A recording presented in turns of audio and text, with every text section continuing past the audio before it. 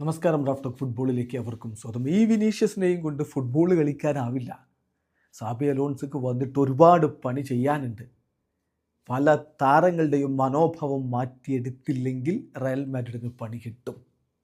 പറയുന്നത് മുൻ Real Madrid താരം കൂടിയായ ഇപ്പോൾ കമൻറ്റേറ്ററായിട്ട് വർക്ക് ചെയ്യുന്ന അൽവാരോ ബെനീറ്റോയാണ്. കഥാനാസിറിൽ അദ്ദേഹം ഇന്നലെ എൽ ക്ലാസിക്കോ പോരാട്ടത്തിൻ്റെ കമൻറ്ററി പറഞ്ഞിരുന്നു. ആ കമൻറ്ററിക്കിടെ ലൈവായിട്ടാണ് വിനിക്കെതിരെ ശക്തമായ വിമർശനങ്ങളുമായിട്ട് അദ്ദേഹം വന്നത്.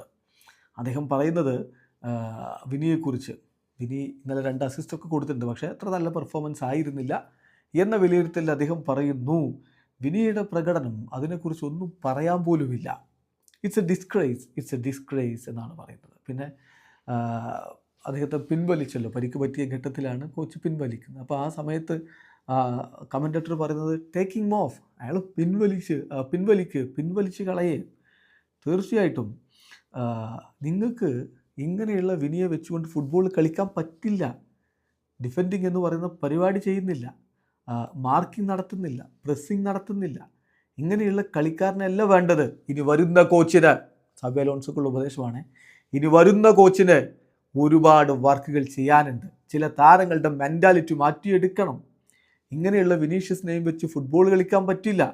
തീർച്ചയായിട്ടും മാറ്റങ്ങൾ ഉണ്ടാക്കാൻ കഴിഞ്ഞില്ലെങ്കിൽ റയൽ മാഡ്രിഡ് ബുദ്ധിമുട്ടും എന്നാണ് ഇപ്പോൾ അവരുടെ മുൻ താരം കൂടിയായ അൽവാരോ ബെനീറ്റോ പറയുന്നത്. വീഡിയോ അവസാനിക്കുന്നു. ഫുട്ബോൾ ലോകത്തെ കൂടുതൽ വിശേഷങ്ങളുമായി റാഫ്റ്റോക്സ് വീണ്ടും എത്താം.